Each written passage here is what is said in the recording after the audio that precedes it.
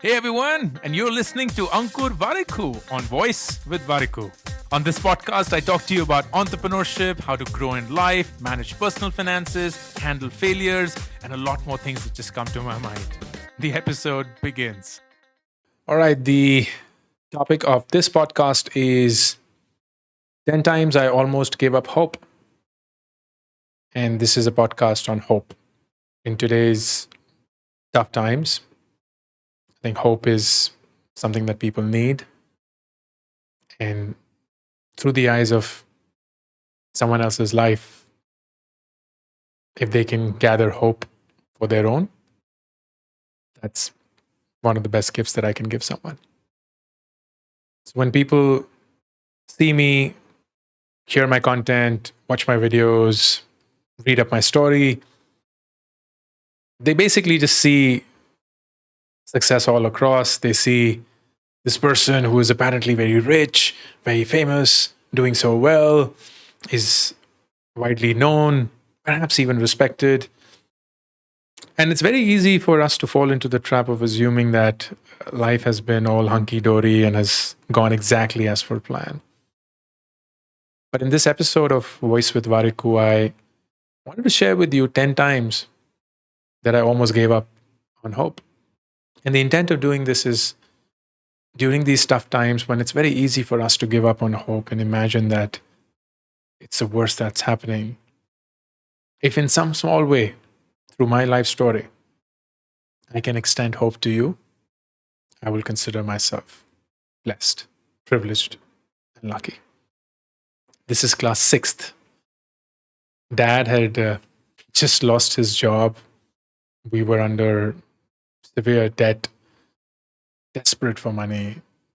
And to their credit, they never, despite all the hardships that we went through while growing up, ever subjected our education to a neglect. He always just ensured that we had money, and my mom always ensured that we had money somehow or the other. And I remember this one time he started just to earn any amount of money, started working at a corporate gifts business. And that night, this night that I distinctly remember, we had to fill up ball pens with refills. And we were to be paid for every 100 pens that we filled up. And I remember walking into our drawing room where all these pens were, and the room was just full of pens. And the minute I saw that, I just lost all hope. And I was like, how will we ever fill them up? And I was in class 6th. I didn't know any better. And I remember Dad saying, well, there are 3 of us, referring to my mom, me, and him. And we can fill 3 pens each every minute. So there'll be 9 pens every minute. And that means in a night, we can actually do 3,000 pens. And the minute I heard that, I was like, wow, 3,000 pens in a night. And I remember filling pens the whole night that night. He gave me hope. And we made it. Class 12th. The IIT results had just come out and I hadn't made it to the list. I was devastated. The years of hard work, commitment, sacrifices, all just felt like it amounted to nothing. I'd failed everybody. I'd failed myself. I saw my parents cry. And Mom, she saw me crying. She wiped my tears and she's like, why did you want to go to IIT? And I was like, because I wanted to go to the US for my PhD. And then she said, but is it that only IITians go to the US for a PhD? And I was like, maybe not. I don't think so.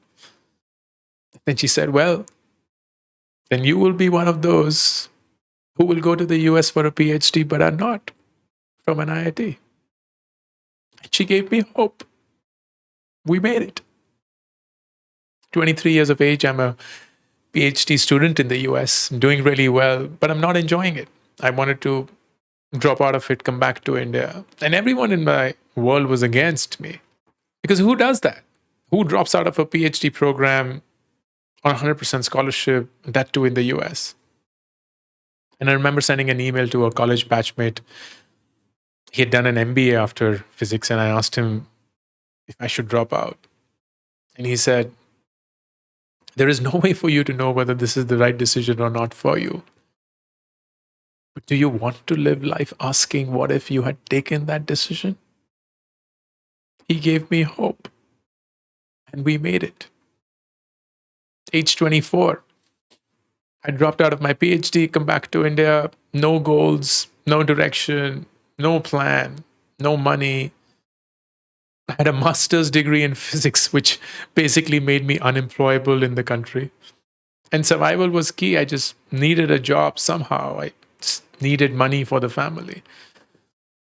And I sat for an interview, and I remember the interviewer saying, we aren't really sure about you, but I think we can try you out.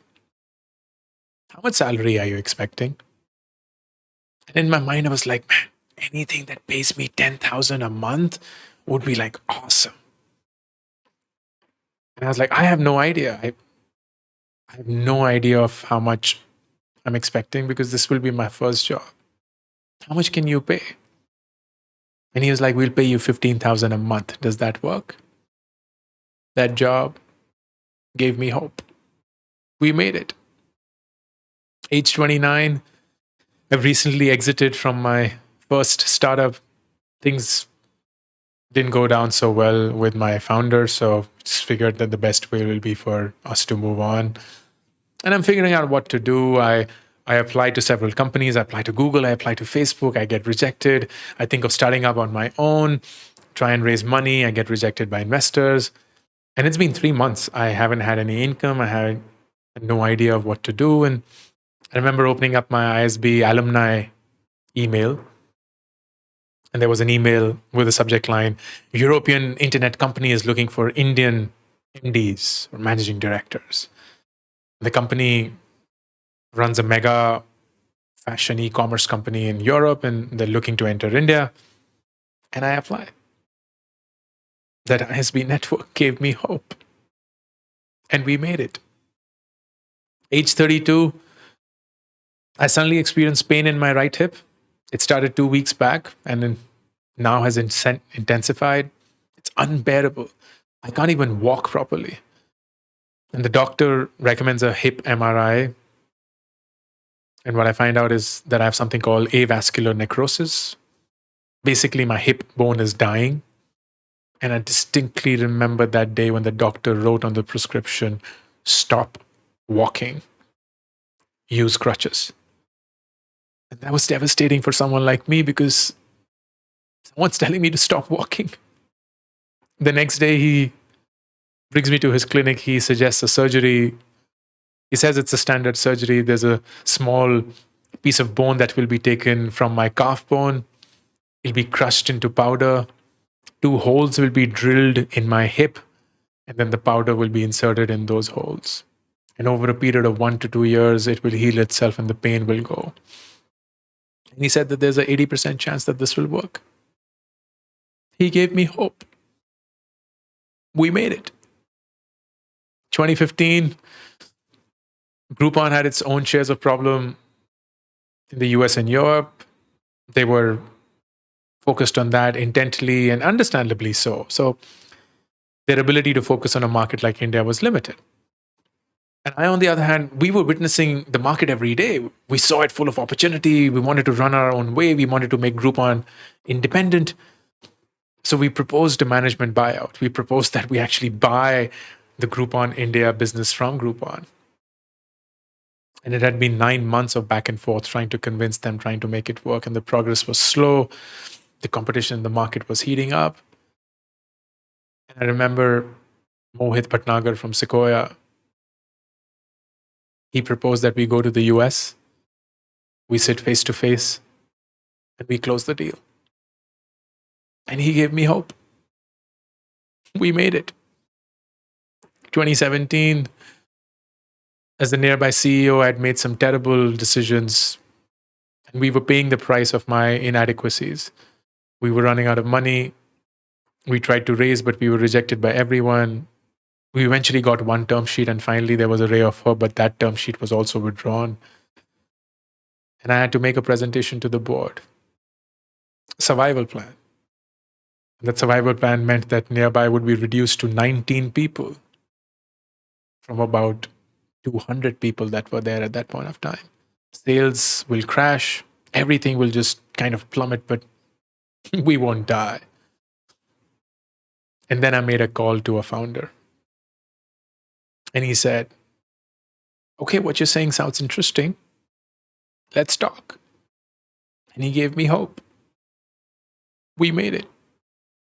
During the same time, we were clearly going through a tough time, and the founders had taken a salary cut. It had been almost a year doing so. My expenses were far more than the inflow that was coming in. Our savings had wiped out.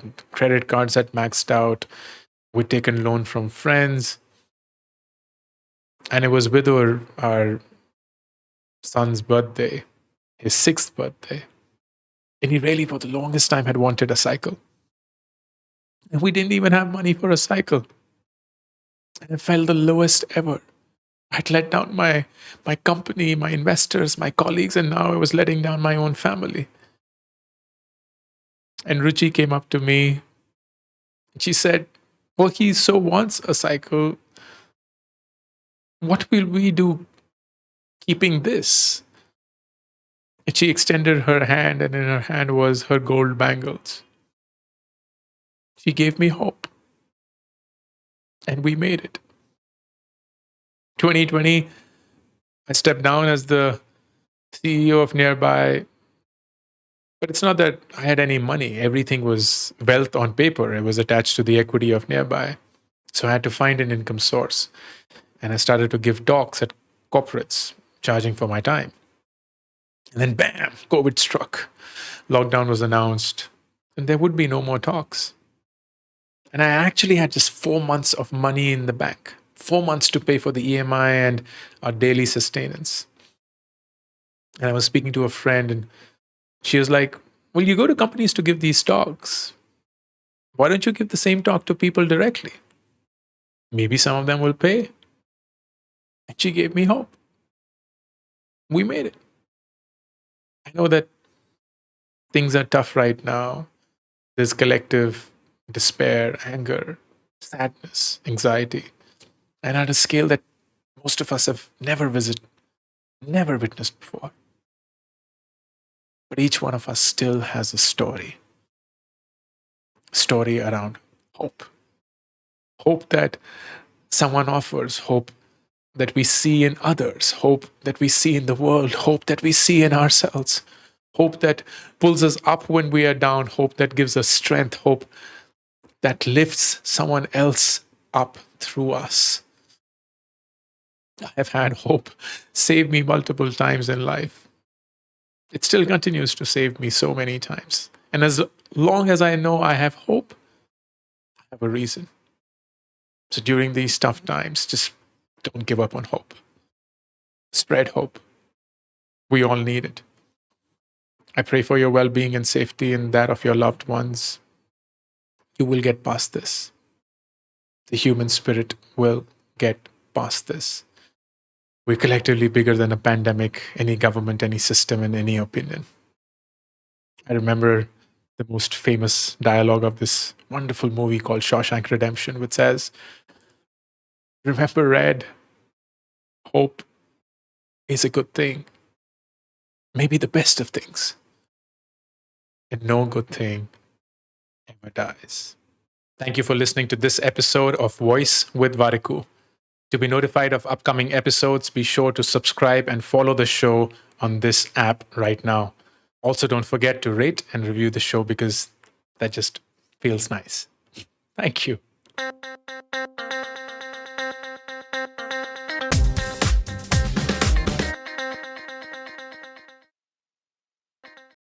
If you like this podcast episode, then please remember to subscribe to the channel because every week you will be notified.